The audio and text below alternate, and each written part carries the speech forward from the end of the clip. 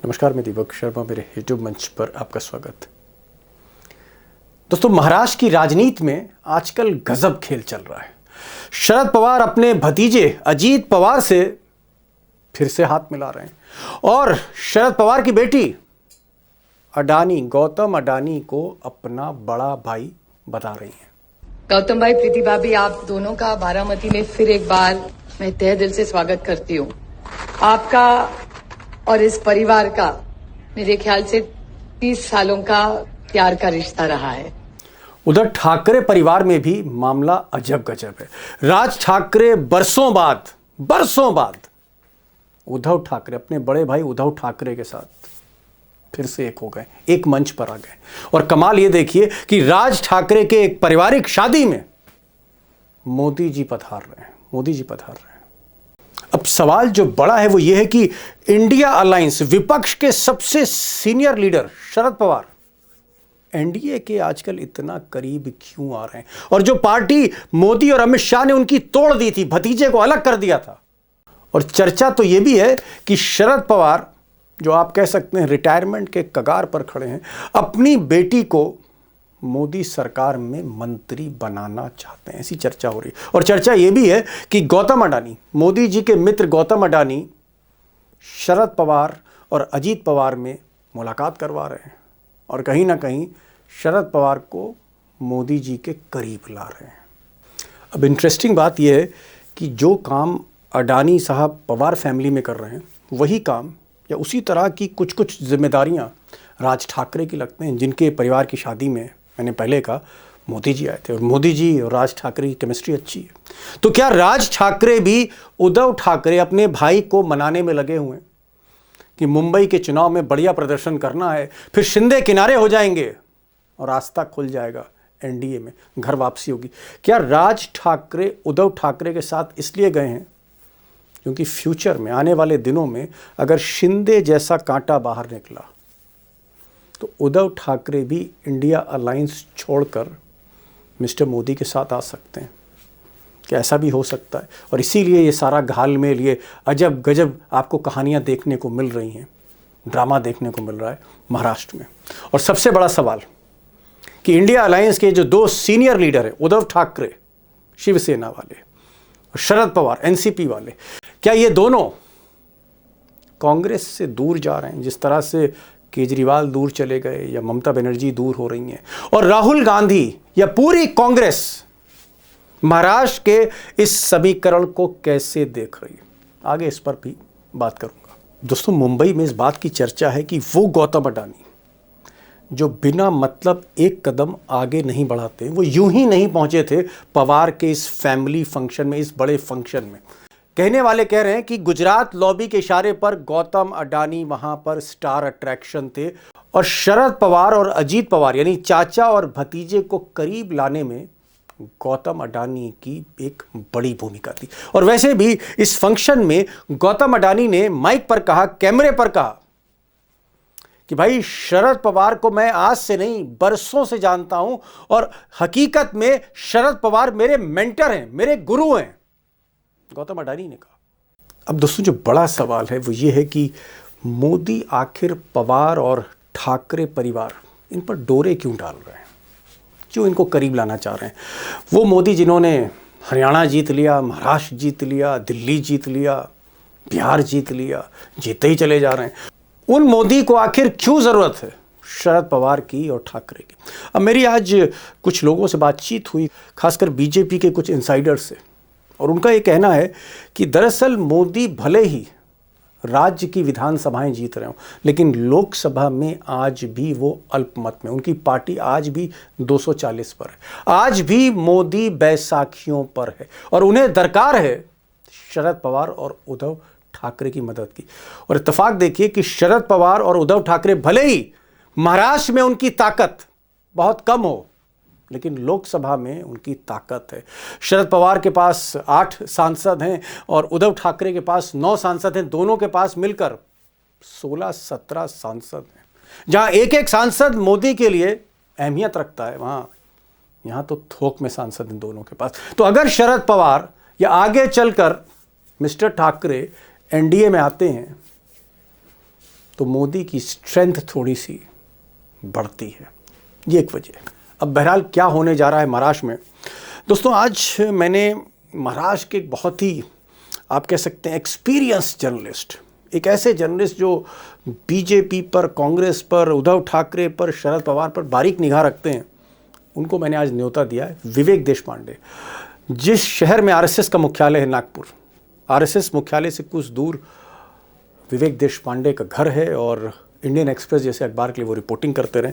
खासियत ये है कि निष्पक्ष हैं, निडर हैं, बेखौफ आवाज़ है। सुनिएगा आप विवेक देशपांडे को। और मैंने आज उमाकांत जी को बुलाया है क्योंकि मैं चाह रहा था कि मोदी का एजेंडा क्या है और ये जो ऑपरेशन महाराष्ट्र में चल रहा है गुजरात लॉबी का, इसका एक्चुअल मतलब क्या है। मेरा सवाल ये कि ये जो शरद पवार अचानक अपने भतीजे के साथ आ गए और एक साथ चुनाव लड़ने जा रहे हैं, ठाकरे परिवार की बात मैं बाद में करूंगा, मैं पहले शरद पवार के साथ आना चाह रहा हूं। इस तरह की चर्चा दिल्ली में है, दिल्ली में चर्चा जो चल रही है, आप बेहतर बता सकते कि सुप्रिया सुले वो भी नरेंद्र मोदी से मिलती हैं, अमित शाह से मिलती हैं, प्रफुल्ल पटेल भी मोदी के गोद में बैठे हैं, अजीत पवार अमित शाह के साथ अच्छी ट्यूनिंग है, और अब शरद पवार आ गए। बीच में हमने देखा कल जो एक फंक्शन हुआ था उसमें गौतम अडानी ने कहा कि भाई जो शरद पवार है मेरे गुरु हैं, मेरे मेंटर हैं, और सुप्रिया सुले जो शरद पवार की बेटी, उन्होंने कहा कि गौतम अडानी मेरे बड़े भाई हैं और हमारे संबंध इनसे 25-30 वर्षों से। ये जो एक घटनाक्रम हो रहा है, ये जो समीकरण बन रहा है, ये जो समीकरण पवार फैमिली का बन रहा है, क्या आपको लगता है कि कुछ बड़ा होने जा रहा है महाराष्ट्र में जिसका असर दिल्ली तक होगा। अदानी ये कॉमन थ्रेड है। देखिए बीजेपी और पवार के बीच में, दोनों पवार और अजीत पवार और शरद पवार चाचा भतीजे, चाचा भतीजे और मोदी, ये तीनों का कॉमन थ्रेड अदानी है। और आप कहीं ना कहीं मुझे लग रहा है कि अदानी ये सारा जो डील है उसको ब्रोकर कर रहे हैं। अदानी इन तीनों को एक साथ लाने की कोशिश कर रहे हैं, ऐसा मुझे लगता है। ये जो कल का प्रोग्राम है ये ऐसे ही नहीं, मतलब वो मुझे लगता है 2023 में उन्होंने शायद उनके वो एआई वाला जो कोई भी एक नया इंस्टीट्यूशन इन्होंने खड़ा किया है शरद पवार वाला, तो शरद चंद्र पवार आर्टिफिशियल इंटेलिजेंस कुछ नाम है उसका, तो उसको 2023 में इन्होंने 25 करोड़ दिए थे। और इससे पहले भी हमने इससे पहले भी हमने शरद पवार की जुबान से अदानी की तारीफ सुनी है और वो बिल्कुल छुपाती नहीं है। कई बहुत ज्यादा से ज्यादा बातें शरद पवार जो घुमा फिरा कर करते हैं, लेकिन अदानी का एक मामला ऐसा है, बहुत कम ऐसे विषय है जिसपे वो घुमा फिरा कर बात नहीं करते। मतलब ये समझना मुश्किल नहीं होता है कि उनके मन में क्या चल रहा है। उसमें से एक विषय है अदानी। अदानी के बारे में शरद पवार की जो सिंपैथी है और उनकी जो दोस्ती है वो बिल्कुल छुपाते नहीं है। और ऐसे समय में जब अदानी के ऊपर कांग्रेस हमलावर थी, उस समय उन्होंने अदानी के तरफ से बात की थी। और कल जो कार्यक्रम हुआ उसमें जिस तरह से अदानी को रेड कार्पेट दिया गया और सुप्रिया सुले ने जिस तरह से उनको बड़ा भाई का, और ये भी कहा कि वो मुझे डांट भी सकते हैं और डांटते भी है। अगर यहाँ तक अगर संबंध है, यहाँ तक अगर दोस्ती और यहाँ तक अगर प्यार है, तो कोई कारण ही नहीं है कि कल अगर अदानी इस बात पर जोर दे कि भाई आप मोदी जी के साथ आ जाइए, तो ऐसा है कि पॉलिटिकल वाइल्डरनेस शरद पवार का जो है, शरद पवार ठीक है बहुत बूढ़े हो चुके हैं, उनको बहुत ज्यादा साल कुछ पॉलिटिक्स करना नहीं है, वो 100 साल जिए, मैं बिल्कुल कामना करता हूं, और 15 साल वो कम से कम जितनी उनकी पूरी जिंदगी है वो जिए। लेकिन अभी आगे बहुत पॉलिटिक्स उनके लिए बचा नहीं है, लेकिन उनकी बेटी के लिए तो बचा है। बेटी क्या करेगी? बेटी का महाराष्ट्र के राजनीति पर, महाराष्ट्र के उनका जो पार्टी का जो भी महाराष्ट्र में जाल है, जो भी नेटवर्क है, उस पर सुप्रिया सुले का बहुत ज्यादा कंट्रोल नहीं है जितना शरद पवार का है। शरद पवार की तुलना में वो कहीं नहीं है, तो वो क्या करेगी? तो जब शरद पवार पॉलिटिक्स में नहीं रहेगी तो वो क्या करेगी? इस बात की चिंता शरद पवार को है, इसलिए शायद वो अपनी बेटी के खातिर आज नहीं कल मोदी जी से रिश्ता जोड़ सकते हैं, ऐसा कयास बिल्कुल लगाया जा सकता है। पहला कदम है चाचा को भतीजे से मिलाओ, अजीत पवार को शरद पवार से मिलाओ, इनकी मिलनी करा दो। ठीक, पहला कदम हो गया, मान लिया, हमने देख भी लिया, अडानी साहब ने उस टाके को कहीं ना कहीं उसके अंदर उसको जोड़ दिया है, समझ गए। क्या अगला कदम, बहुत ब्रीफ में मैं आपसे चाह रहा हूं क्योंकि मैं लखेड़ा साहब पास आऊंगा, ब्रीफ में आंसर, क्या अगला कदम ये भी हो सकता है कि सुप्रिया सुले शरद पवार इंडिया अलायंस छोड़ दें और सुप्रिया सुले एनडीए में मोदी सरकार में मंत्री भी बन जाएं? ऐसा भी हो सकता है क्या? इस तरह के स्पेकुलेशंस महाराष्ट्र में पिछले कुछ दिनों से चल रहे हैं कि सुप्रिया सुळे हो सकती है कि वो हो सकता है कि वो मोदी सरकार में एक मंत्री के तौर पर ज्वाइन कर ले। इस तरह के स्पेकुलेशंस महाराष्ट्र में चल रहे हैं और मैं उसको बिल्कुल नकारता नहीं हूँ, क्योंकि सुप्रिया सुळे ने कभी भी मोदी के ऊपर एक एक सेक्युलर नेता के तौर पर जो बातें मोदी जी कभी के हमला बारे में नहीं और किया। मोदी जी के राजनीति के बारे में कहनी चाहिए, वो कभी कही है ऐसा मुझे नहीं। ठीक। सरकार की नीतियों पर, पॉलिसीज पर उन्होंने कई बार कमेंट किए, कोई योजना हो, कोई पॉलिसी हो, आर्थिक नीति हो, ठीक। लेकिन सेक्युलरिज्म के मुद्दे पे वो बहुत हमलावर हुई हो शरद पवार अपना ठीक है। नरेंद्र मोदी के खिलाफ, इस तरह की सच्चाई तो कोई ये है, स्टैंड हमने सच्चाई उनको तो लेते हुए देखा नहीं है। और एक सच्चाई ही तो मुद्दा है जिस पर डिफरेंसेस है, वो मुद्दा है सेक्युलरिज्म। क्या आप भारतीय राजनीति को डीसेक्युलराइज होने देंगे, ये मुद्दा है। तो उससे ठीक। अगर आपको कोई परहेज नहीं है तो आप बिल्कुल ज्वाइन कर सकते हैं मोदी के साथ चलिए। में। और सुप्रिया सुळे ठीक। का जहां तक सवाल है, वो कर सकती है ऐसा मुझे लगता है। शरद ठीक। पवार के ठीक। लिए वो बहुत मुश्किल है। जी। ओके। शरद पवार रिटायर हो रहे हैं, ये कह रहे हैं कि साहब शरद पवार ऑलमोस्ट रिटायरमेंट के एकदम कगार पर हैं, उनका करियर है। लेकिन बेटी के बारे में सोच रहे हैं, और बेटी एक तरह से मोदी पर कभी अटैक नहीं करती, अमित शाह पर अटैक नहीं करती। सुप्रिया सुले वो भविष्य में मंत्री भी बन सकती हैं मोदी सरकार में, ऐसा इनका कहना है। यानी इंडिया अलायंस को वो छोड़ भी सकती है। लेकिन जी। यहाँ पर मेरा सवाल ये है, क्योंकि आप लोकसभा देखते हैं और 25-30 बरस हो गए आपको लोकसभा देखते हुए। लोकसभा में अभी भी मोदी जी अल्पमत में हैं। बहुत कम ऑडियंस इस बात का एहसास कर पाते हैं कि मोदी अभी भी बैसाखियों पे चल रहे हैं। उनके पास जी। अभी भी 240 सांसद हैं। उनको अभी भी एक-एक वोट की दरकार है, और हर बार जब कुछ बड़ा बिल आता है तो बीजेपी थोड़ी घबराई दिखती है। क्या आपको लगता है कि जिस उद्धव ठाकरे के पास 9 सांसद हैं और जिस शरद पवार के पास 8 सांसद हैं, 16-17 सांसद बहुत बड़ी गिनती है मोदी के लिए। क्या मोदी की नज़र है भविष्य में? अभी तो साढ़े 3-4 साल उनको 2029 तक का सफ़र है। क्या इस सफ़र में उनको ज़रूरत है शरद पवार की और उद्धव ठाकरे की? मैं मोदी के पॉइंट ऑफ व्यू से देखिए पूछ रहा हूँ। देखिए, मैं उसी पॉइंट ऑफ व्यू से आपको कह रहा हूँ कि देखिए, जो उद्धव ठाकरे की पॉलिटिक्स बहुत ही क्लियर है। उन्होंने राज ठाकरे अपने भाई को शामिल कर लिया, अपने कज़न ब्रदर को अपने साथ शामिल कर लिया। ये एक अलग इश्यू है। लेकिन मुद्दा ये है कि जिस तराजू पर आप अजीत पवार और शरद पवार की दोस्ती को आंक रहे हैं मोदी के लिहाज से, उस तराजू पर आप उद्धव ठाकरे की शिवसेना को नहीं आंक सकते। उसका बुनियादी कारण है कि जो शिंदे हैं, एकनाथ शिंदे अभी मोदी सरकार में पार्टनर है, उसमें उनका बेटा मंत्री है। तो सवाल यह है कि उद्धव ठाकरे तभी मोदी से दोस्ती करेंगे, पहले वो फैसला करेंगी, भाई शिंदे का फैसला कीजिए आप। शिंदे अगर ऑफिशियली ठीक है। बाहर कर देते हैं आप, तो मैं शामिल होता हूं, अदरवाइज नहीं। क्योंकि देखिए, सिंबल उसने समझ गया। छीना हुआ जब उनके पार्टी का, तो ये जो अंतर्विरोध है, ये कंट्रडिक्शन है, ये भी कंटिन्यू रहेंगे, ठीक, इसमें बड़ी कोई बात। दो राय नहीं है। जी।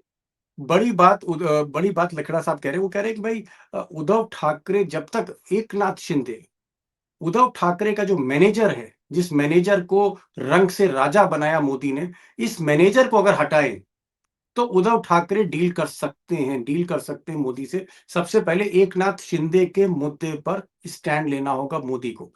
मान लीजिए विवेक जी, सुप्रीम कोर्ट में अभी भी पार्टी का मसला चल रहा है। मोदी जी की हुकूमत है, सिस्टम मोदी जी के हाथ में। मान लीजिए अदालत से फैसला आता है, कोई आसमानी सुल्तानी फैसला आ जाता है कि साहब ये जो शिवसेना है, ये अब एकनाथ शिंदे की नहीं, इनकी है, राज ठाकरे और उद्धव ठाकरे की। और अगर उद्धव ठाकरे को वो पार्टी वापस की जाती है जो मोदी ने छीनी थी, छीना हुआ घर मोदी फिर से उनको दे देते हैं। मैं शिंदे की बात नहीं कर रहा। तब क्या राज ठाकरे उद्धव ठाकरे जा सकते हैं अगर उनको ओरिजिनल पार्टी मिल जाए? Then can they join? जी। नहीं, लेकिन ओरिजिनल पार्टी मिलने से काम नहीं होता है, क्योंकि आज भी महाराष्ट्र में शिंदे सेना न्यूमेरिकली और रिसोर्स वाइज फाइनेंशियली बहुत ज़्यादा स्ट्रांग है। मतलब जितना पैसा शिंदे के पास है और जितना पैसा चुनाव में वो लगाते हैं, उद्धव ठाकरे कहीं भी नहीं है। उद्धव ठाकरे न है, न राज ठाकरे है। ऐसा है कि इमोटिव फ्रंट पर, मतलब इमोटिव प्लैंक अगर हम देखें तो दो ठाकरे भाई एक साथ आएंगे तो ठाकरे ब्रांड बहुत मजबूत हो सकता है। ये थियोरेटिकली पॉसिबल है, प्रैक्टिकली क्या आरएसएस होगा का क्या हमको स्टैंड चुनाव में ही है पता देशपांडे जी? जी। आरएसएस क्या चाहता है? आरएसएस तो पहले से ही ये चाहता था कि शिवसेना और भाजपा की युति बनी रहे। आरएसएस ने कभी ये नहीं ये चाहा कि शिवसेना के साथ में कोई भी टकराव हो। ये आरएसएस का पहले से मत है, क्योंकि शिवसेना जब हिंदुत्ववादी पार्टी थी उस समय आरएसएस हमेशा कहता था कि ठीक है, उनका वो जो रीजनलिज्म, वो पैराकिलिज्म जो है वो अपने आप में गलत है, वो हमको एक्सेप्टेबल नहीं है, लेकिन वो हिंदुत्व की बात जब से शिवसेना करने लगी तब से आरएसएस बहुत ही, आरएसएस का प्रेम शिवसेना के साथ हमेशा ही रहा है। लेकिन बीजेपी ने जो महाराष्ट्र में शिवसेना, मतलब केंद्रीय नेतृत्व ने और उसका साथ दिया महाराष्ट्र के नेताओं ने बीजेपी के, जिस तरह से शिवसेना की हालत पतली कर दी, उनके दो टुकड़े कर दिए, जी उसके बाद से अभी कोई सवाल ही नहीं पैदा होता। अभी शिंदे ठीक। सेना जो है वो उनके साथ न्यूमेरिकली और रिसोर्स वाइज इतनी स्ट्रांग पार्टी ठीक। उनके साथ में ऑलरेडी है, उनको आज उद्धव ठाकरे की जरूरत नहीं है। हाँ, अगर जी शिंदे सेना साथ में रहते हुए भी वो उनके साथ जुड़ना चाहे तो दे आर वेलकम, लेकिन मुझे नहीं ठीक लगता जब तक शिंदे सेना है तब तक उद्धव ठाकरे ठीक। बीजेपी के साथ जाएंगे। और मोदी शिंदे सेना को इतने आसानी से दूर करना ठीक। ये बीजेपी के लिए आज पॉसिबल नहीं है, क्योंकि शिंदे सेना के पास बहुत पैसा है और पैसा बहुत है। मैन पावर है जी। शिंदे ने आप कह सकते हैं गजब दौलत पैदा करी जब से वो मुख्यमंत्री बने। जमकर पैसा खर्च करते, उनका पैसा बोलता है और पैसा बोल रहा है एकनाथ शिंदे का। इसलिए विवेक देशपांडे कह रहे हैं कि शिंदे जैसा कांटा, पैसा वाला कांटा हटाना थोड़ा मुश्किल है, लेकिन जिस दिन ये कांटा हट जाएगा तो हो सकता है राज ठाकरे और उद्धव ठाकरे दोनों घर वापसी कर ले एनडीए में। और मेरा सवाल जी ये है कि क्या आपको लगता है कि शरद पवार अगर इस तरह से एनसीपी के साथ जुड़ रहे हैं या राज ठाकरे के साथ उद्धव ठाकरे आ रहे हैं, इंडिया अलायंस का कहीं पर कुछ मुझे दिख नहीं रहा है। क्या राहुल गांधी शरद पवार को मनाएंगे? क्या उद्धव ठाकरे राज ठाकरे से बात करेंगे? क्या इंडिया अलायंस को कमजोर होने से रोकेंगे या वो कहेंगे कोई बात नहीं, अगर आपको अलग होना है तो हो जाइए? जैसे देखिए केजरीवाल का राहुल साथ छोड़ दिया दे, उन्होंने, या ममता बनर्जी देखो का साथ छोड़ दिया इंडिया अलायंस ने पश्चिम बंगाल में। देखिए क्या लग रहा है आपको? हाँ, क्या इससे बिल्कुल इंडिया आपने अलायंस पर सटीक असर होगा? हाँ, जी, जी। देखिए देखिए उसका देखिए अभी देश का कोई ऐसा इलेक्शन होने वाला नहीं है।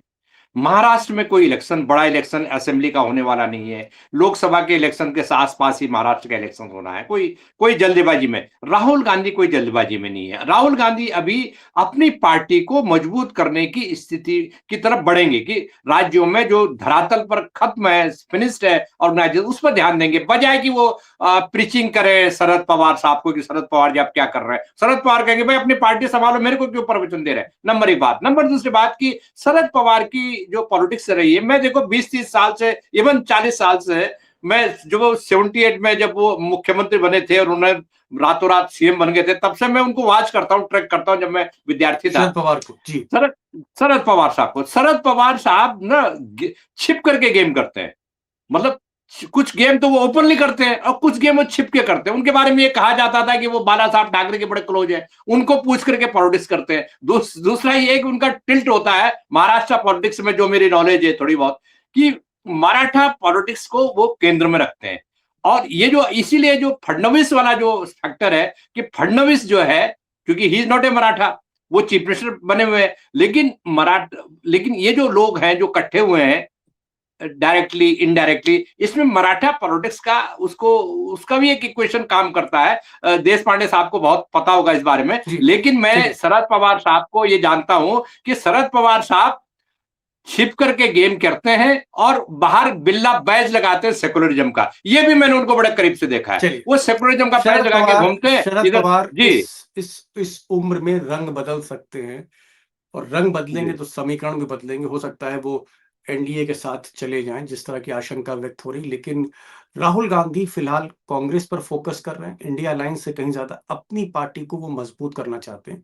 साथियों के बारे में वो इतना कंसर्न नहीं। अगर केजरीवाल की तरह, ममता बनर्जी की तरह एक और साथी राह से भटक जाए तो राहुल गांधी शायद उनको रोके ना, ये वो कहना चाह रहे हैं। एक आखिरी सवाल, सिर्फ मेरे पास 1 मिनट है। आपको लगता है कि ये जो बीएमसी का चुनाव होने जा रहा है, अगर मैं ठाकरे परिवार की बात करूं, अगर राज ठाकरे और उद्धव ठाकरे ने परफॉर्मेंस अच्छा दी बीएमसी में, मान लीजिए, तो फिर आप क्या फ्यूचर देखते हैं राज ठाकरे उद्धव ठाकरे का? Last question. तो फिर तो वो कंटिन्यू करेंगे, फिर तो कंटिन्यू करेंगे। अगर वो बीएमसी पर कंट्रोल अपना लेते हैं, उनका अलायंस जो है वो अगर बीएमसी पर कंट्रोल लेने में सक्सेसफुल होता है, तो उसके बाद फिर रास्ते अलग अलग होने का सवाल ही नहीं। फिर तो उसको आगे जाकर वो बाकी सारे इलेक्शंस में भी ट्राई करेंगे। हालांकि राज ठाकरे की ताकत मुंबई से बाहर या कि बहुत हो गया तो नासिक ठीक आसपास के इलाकों से ज्यादा कहीं कहीं और है है। नहीं। तो राज ठाकरे का फायदा उद्धव ठाकरे को केवल मुंबई और मुंबई के आसपास के क्षेत्रों में है। बाकी जी। राज्य में राज ठाकरे के साथ जाकर न जाकर कोई फर्क नहीं पड़ने वाला। ओके। तो उसका नतीजा क्या होगा? लेकिन ब्रांड ठाकरे जब इकट्ठा होंगे, मतलब एक ही ठाकरे ठाकरे फैमिली इकट्ठा अगर चुनाव लड़ रही है, इस तरह का सीन राज्य के और भी भागों में हमको देखने को मिलेगा। तो हो सकता है कि वहां पर भी उनको कुछ अच्छे एज हैंडसम मिले। गेन्स हो, ये हो ओके। सकता है। ओके। लेकिन वो भविष्य की बात है। आज तो फिलहाल तो केवल ये मुंबई के क्षेत्र में ही उनकी दोस्ती मर्यादित है, जी। ऐसा मैं समझता हूँ। जी।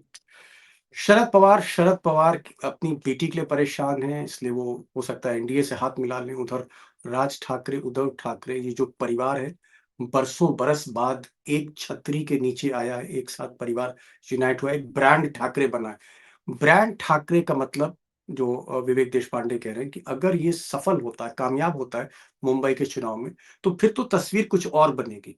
लेकिन अगर कामयाबी नहीं हाथ लगी उद्धव ठाकरे के, तो फिर ये मामला कहीं न कहीं आप कह सकते हैं कि राज ठाकरे और उद्धव ठाकरे एक बार फिर से अलग भी हो सकते हैं। एक चीज़ मैं ज़रूर अंडरलाइन करना चाहूँगा दोस्तों, कि महाराष्ट्र की राजनीति इस वक़्त हिंदुस्तान के जितने भी राज्य हैं, सबसे ज़्यादा इंटरेस्टिंग, सबसे ज़्यादा दिलचस्प महाराष्ट्र की राजनीति होने जा रही है। और कहीं न कहीं इसके जो नतीजे होंगे, जो भी समीकरण बनते हैं, ये सीधे-सीधे लोकसभा की राजनीति, देश की राजनीति पर प्रभाव डालेंगे। तो इम्पोर्टेंट है, जो भी डेवलपमेंट्स होते हैं महाराष्ट्र के, मैं आपको अपडेट करता रहूँगा। विवेक देशपांडे जी, बहुत-बहुत शुक्रिया आप इस प्रोग्राम में आए। लखेड़ा साहब, आपके बहुत-बहुत शुक्रिया। मैं और बात करना चाह रहा था, लेकिन समय की थोड़ी-सी मजबूरी है, इसलिए मुझे आपको थैंक यू बोलना पड़ा। Thank you so much for joining this program. Thank you so much.